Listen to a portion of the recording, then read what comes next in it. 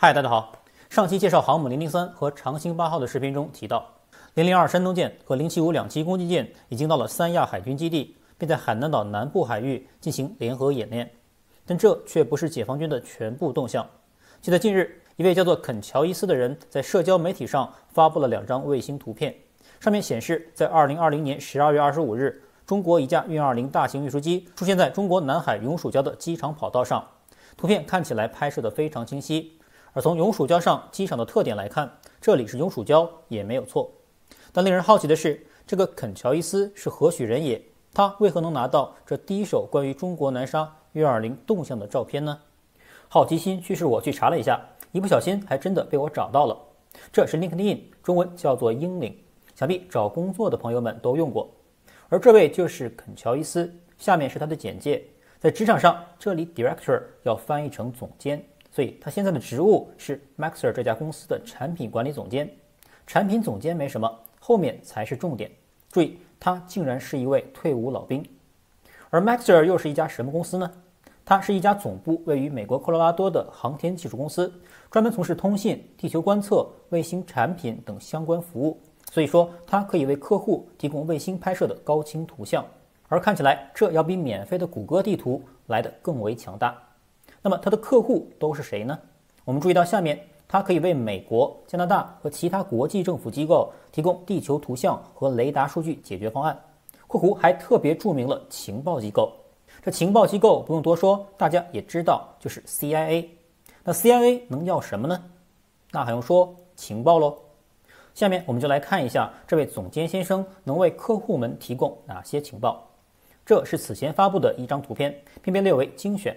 点进去可以清晰看到一张卫星拍摄的位于俄罗斯阿克图宾斯克的试飞场照片，被我框出来的就是俄罗斯的猎人无人机，这个在此前攻击20的视频中介绍过。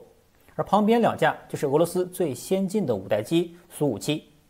但这幅图可不是古老的谷歌地图所能呈现出来的，因为在阿克图宾斯克试飞场，我还真的找到了与图片相同的位置，而谷歌地图中显示的那个位置上却停了一架苏57。猎人不见了踪影，可见人家用的确实是实时拍到的图片，而清晰度也有天壤之别。懒得在地图中寻找的朋友们，可以留意一下右下角的经纬度。除此之外，这位产品总监还在12月29日发布了一条动态，一共4张照片，前2张是朝鲜，第1张他还曝光了2艘朝鲜罗密欧级潜艇。当然，朝鲜是不会用罗密欧这么洋气的名字了，这是北约给他起的外号。后面2张就是刚才给大家授过的中国南海永暑礁，后面1张没什么说的，很清晰的一架运20停在飞机跑道上，而这里也的确是永暑礁机场。而第1张我却发现了一个细节，我们将图片放大，可以看到一个蓝色巨型框，上面写着日期2020年12月25日和时间3点06分，这可不是北京时间的凌晨3点，而是美国时间。当然这不是重点，下面才是。我们注意到下面有个 79.6%， 还有一个 military 军用，这是什么意思呢？这幅图是我们公司通过机器学习识别出的车辆和行人的图片。注意到每个巨型框上面的英文 car 或 people 是类别，而后面跟的数字叫做 confidence， 也就是置信度。我们可以看到机器认为前面检测到的物体 99% 或 100% 可能性为汽车，而后面则有 76% 或 88% 的可能性为行人。我们再回到乔伊斯提供的那张图片，同样的，机器将这架飞机识别为 military 军用，而它的置信度则为 70.6%。这个 70.6% 明显不是人可以拍脑袋想出来的，所以可以确定 Maxar 这家公司正是采用了人工智能当前较为流行的机器学习算法，在数以亿计的卫星拍摄的图片中寻找出他们需要的军用飞机，再将情报提供给客户。我们注意到图片右侧罗列的是相同位置但不同时间卫星拍摄的一系列图片集合，这要是靠人眼来找，那不得累死。而且从它当前的算法可见，只是做了军用和民用的简单分类，当然还可以把很多种不同型号的飞机喂给机器去训练，这样机器就可以告诉你这架运输机到底是运20、417还是1276。随便搜了一下，这位产品总监肯乔伊斯似乎特别喜欢曝光中俄朝的军事装备，看起来他虽然退伍，但依旧还能发挥余热。没办法，我们的退休老头啥也不知道，人家的退伍老兵好像还是知道些东西的嘛。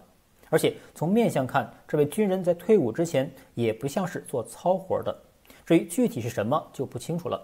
当然，深挖这位总监并不是本期视频的目的。我们接下来看一下运20降落永暑礁到底意味着什么。我们来到广阔的南海，中国南海诸岛共分为4大群岛，东南西中没有北，其中东沙没有主权争议，由台湾方面驻守，西沙中沙我方完全掌控。自2012年中国设立海南省3沙市后，进而又在2020年4月设立了西沙区和南沙区。西沙区人民政府驻永兴岛并代管中沙，南沙区人民政府的驻地就是今天介绍的永暑礁。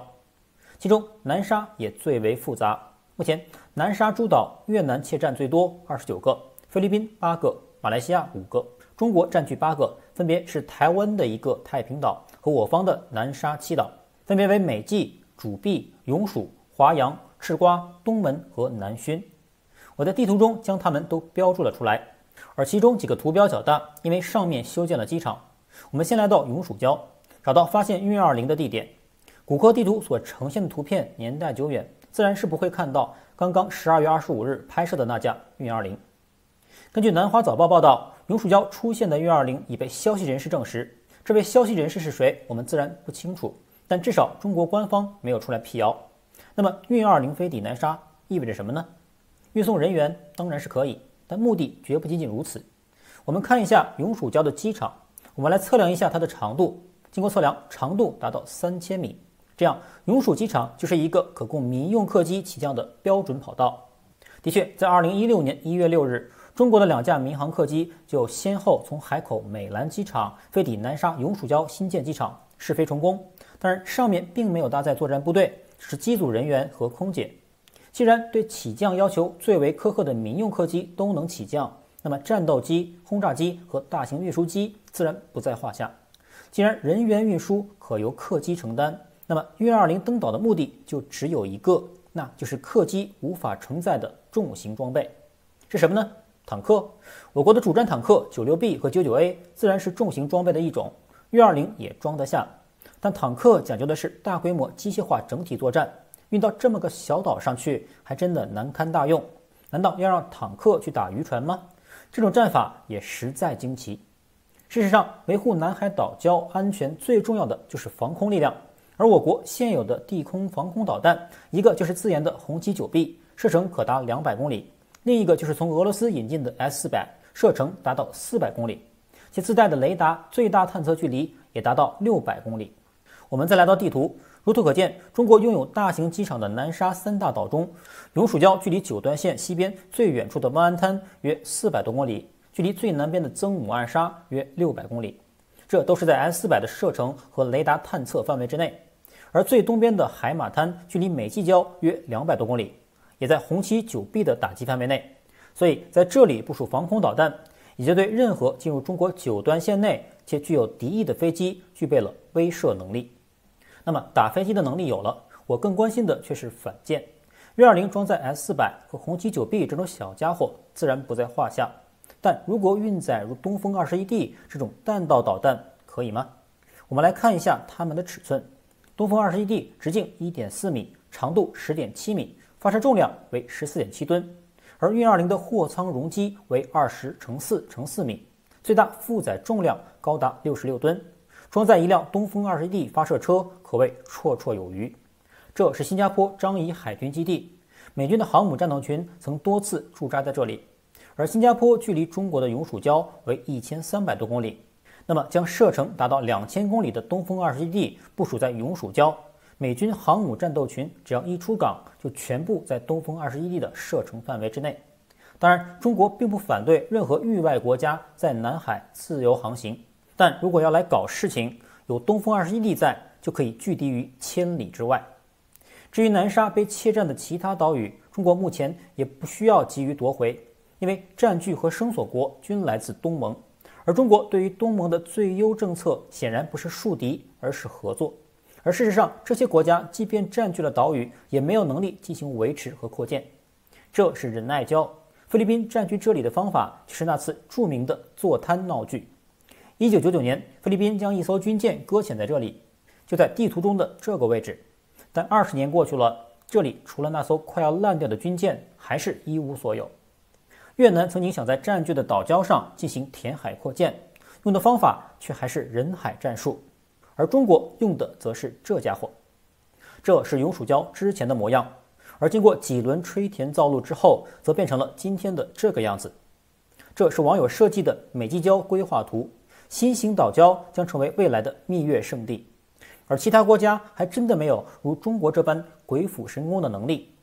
这是南沙诸岛经过填海后的面积排名，太平岛已从南沙第一大岛的位置被挤下，而其他国家岛礁上机场的长度还不到中国修建的一半，无法起降大型客机。因此，有了南沙七岛，特别是永暑、美济、主碧3枚定海神针，则南疆永固。另外，关于南海石油，我记得在2018年的时候，中国和菲律宾还签了一份油气开发合作谅解备忘录，并在里约滩合作开发石油。中方出技术，分成比例为菲方占6，中方占4。很多人当时并不理解为什么中国让步这么多，但最近终于给出了答案。2020年11月15日，历经多年谈判，中国与东盟10国外加日、韩、澳、新的区域全面经济伙伴关系协定 RCEP 签署完毕，成为全世界人口最多、经济总量最大的自贸区。在中美大博弈的背景之下， RCEP 的成功达成对于中国的意义，又岂是那点石油和天然气所能比拟的？这才是中国的大战略。好，那本期视频我们就录到这里，我们下期视频再见。